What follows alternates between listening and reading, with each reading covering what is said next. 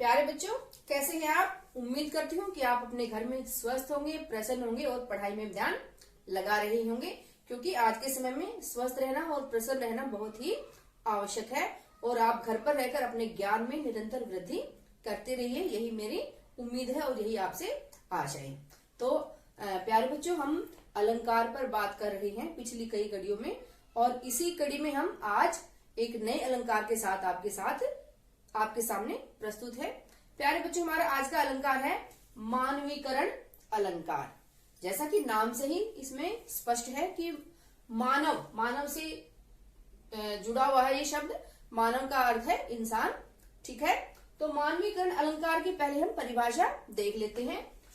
काव्य का अर्थ है प्यारे बच्चों साहित्य में जहां पर प्रकृति के अचेतन पदार्थों पर मानवीय चेतना का आरोप किया जाता है, वहां पर होता है मानवीकरण अलंकार। आपको सुनने में बड़े भारी भारी शब्द लग रहे होंगे, अभी मैं आपको समझा देती हूँ तो सब आसान हो जाएगा। साहित्य में जहां पर प्रकृति का मतलब यह है जो हमारे आसपास में सारी चीजें मौजूद है, निर्जीव और सजीव, ठीक है। अचेतन पदार्थों पर, अजमा चेतन, जिनमें चेतना नहीं है, जिनमें जीवन नहीं है, उन पदार्थों पर मानवीय चेतना, जो इंसान के हाव भाव है, इंसान की संवेदनाएं हैं, इंसान की गतिविधि है, उनका आरोप किया जाता है, तब वहां पर होता है मानवीकरण अलंकार। आसान शब्दों में यदि मैं कहूं कि जो प्रकृति की जो चीजें हैं, वस्तुएं हैं, उनको यदि इंसान की तरह, मानव की तरह व्यवहार करता हुआ दिखाया जाए साहित्य में, वहां पर होता है हमारा मानवीकरण अलंकार, ठीक है। प्यारे बच्चों, जो ये मानवीकरण अलंकार है ये पाश्चात्य अलंकार है। पाश्चात्य का अर्थ है पश्चिमी साहित्य का, यानी दूसरे देशों से ये अलंकार उनके साहित्य से हमारी हिंदी भाषा में आया है। और प्यारे बच्चों, जो मानवीकरण अलंकार है, इसका जो उत्कर्ष है, इसका जो सर्वश्रेष्ठ रूप हमें दिखाई देता है, वो हमें दिखाई देता है छायावाद के साहित्य में, ठीक है। छायावाद के जितने भी प्रमुख कवि हैं, चाहे जयशंकर प्रसाद हो, महादेवी वर्मा हो, सूर्यकांत त्रिपाठी निराला हो, या और जितने भी कवि हैं, उन सब ने मानवीकरण अलंकार को बहुत ही एक शिखर पर पहुंचाया है। बहुत सुंदर सुंदर वहां पर हमें उदाहरण मानवीकरण अलंकार के मिलते हैं। तो चलिए कुछ उदाहरणों पर हम आज चर्चा करते हैं। प्यारे बच्चों, पहला हमारा उदाहरण है, बहुत सुंदर उदाहरण है, और इससे आपको ये अलंकार बिल्कुल समझ में आ जाएगा। मेघ आए बड़े बन ठन के संवर के। मेघ माने होता है बादल। बादलों के बारे में कहा है कि वो बड़े बन ठन के, बनना ठन्ना मतलब बड़े तैयार होना, ठीक है। तो तैयार होकर संवर के, सज संवर के, बिल्कुल बहुत सुंदर बनकर जो है मेघ आए हैं। बादलों को एक नवयुवक के समान दिखाया है, यहाँ पर बताया है कि जो बादल हैं वो बड़े बन ठन के संवर के आए हैं। तो बादलों के बारे में ये कोई बात नहीं होती है, बादल तो एक अचेतन पदार्थ है, लेकिन उनमें एक नवयुवक के समान उनको व्यवहार करते हुए दिखाया गया है, इसलिए यहाँ पर हमारा मानवीकरण अलंकार है, ठीक है। अगला हमारा उदाहरण है प्यारे बच्चों, छायावाद से लिया गया है। दिवसावसान का समय, उतर रही मेघ में आकाश से, संध्या सुंदरी परिसी धीरे धीरे धीरे। बिल्कुल कितनी सुंदर शब्दावली है, कितना प्यारा यहाँ पर दृश्य है। अभी मैं आपको समझा देती हूँ। दिवसावसान, दिवस जमा अवसान, दिवस माने दिन, दिन की समाप्ति का समय है, दिन जो है वो ढल रहा है, ठीक है। दिवसावसान का समय, ठीक है, जो दिन है वो ढल रहा है। उतर रही मेघ में आकाश से, जो मेघ का मतलब बादल, बादलों से भरे हुए आसमान से उतर रही है, आ रही है। कौन आ रही है? संध्या सुंदरी। जो संध्या है, शाम है, सांझ है, उसको एक सुंदरी के रूप में चित्रित किया है। संध्या सुंदरी जो है वो मेघ में आसमान से धीरे धीरे उतर रही है। दृश्य स्पष्ट है कि शाम आ रही है और दिन जो है वो ढल रहा है, दिन खत्म हो रहा है।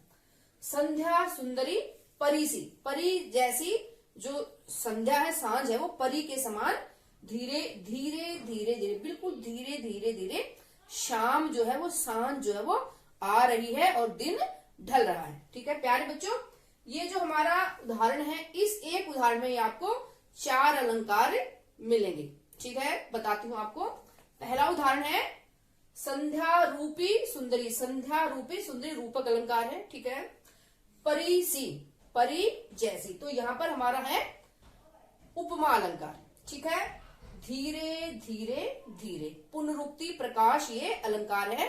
एक शब्द को पर जोर देने के लिए उस शब्द का बार बार प्रयोग किया जाता है, तो यह है पुनरुक्ति प्रकाश अलंकार। और चौथा अलंकार है हमारा मानवीकरण, ठीक है। ओके, अगला हमारा अलंकार है प्यारे बच्चों, उदाहरण है धूल भागी घाघरा उठाई। जो धूल है उसको एक युवती के रूप में चित्रित किया है कि जब बारिश हुई तो धूल जो है अपने कपड़ों को उठाकर जल्दी से भागी, ठीक है। तो यहाँ पर धूल को एक युवती के रूप में चित्रित किया है, इसलिए यहाँ पर है मानवीकरण अलंकार, ठीक है। अगला उदाहरण है बहुत ही प्यारा सुंदर सा उदाहरण है। कार्तिक की एक हंसमुख सुबह, नदी तट से लौटती गंगा नहाकर, सुवासित भीगी हवाएं। हवाएं जो हैं उनको युवतियों के रूप में, नारियों के रूप में चित्रित किया है कि जो नारियां हैं, हवाओं रूपी जो नारियां हैं, हवाओं जैसे के समान जो नारियां हैं, वो नदी तट से गंगा नहाकर लौट रही है। जैसे नदी तट से गंगा नहाकर लौटती हुई जो महिलाएं हैं, उनको उनके रूप में हवाओं को चित्रित किया है। कार्तिक की एक हंसमुख सुबह, यहाँ पर भी मानवीकरण है। कार्तिक मास, जो कार्तिक का महीना है, उस महीने को कहा है उसकी एक सुबह, सुबह को के लिए प्रयुक्त किया है शब्द हंसमुख। तो हंसमुख जो शब्द का प्रयोग हम मानव के लिए करते हैं, हंसमुख है, तो यहाँ पर पूरे में ही हमें मानवीकरण अलंकार का सौंदर्य दिखाई पड़ता है। अगला उदाहरण है प्यारे बच्चों, छायावाद से है, जयशंकर प्रसाद की पंक्ति है ये। उषा सुनहले तीर बरसती, जय लक्ष्मी सी उदित हुई। यहाँ पर भी जब दिन निकलता है, सुबह सुबह का दृश्य है, बहुत मनोहारी दृश्य है। लेकिन प्यारे बच्चों, आज के समय में हम देर तक सोते रहते हैं और इस दृश्य का आनंद नहीं ले पाते हैं, तो कोशिश करिए इस दृश्य का आनंद लेने की, सुबह जल्दी आप उठिए, ठीक है। उषा सुनहले तीर बरसती, जब सूरज निकला नहीं है और आसमान में सूरज निकलने का जो है चिन्ह हमें दिखाई दे रहे हैं और सुनहरा सुनहरा सा आसमान हो गया है।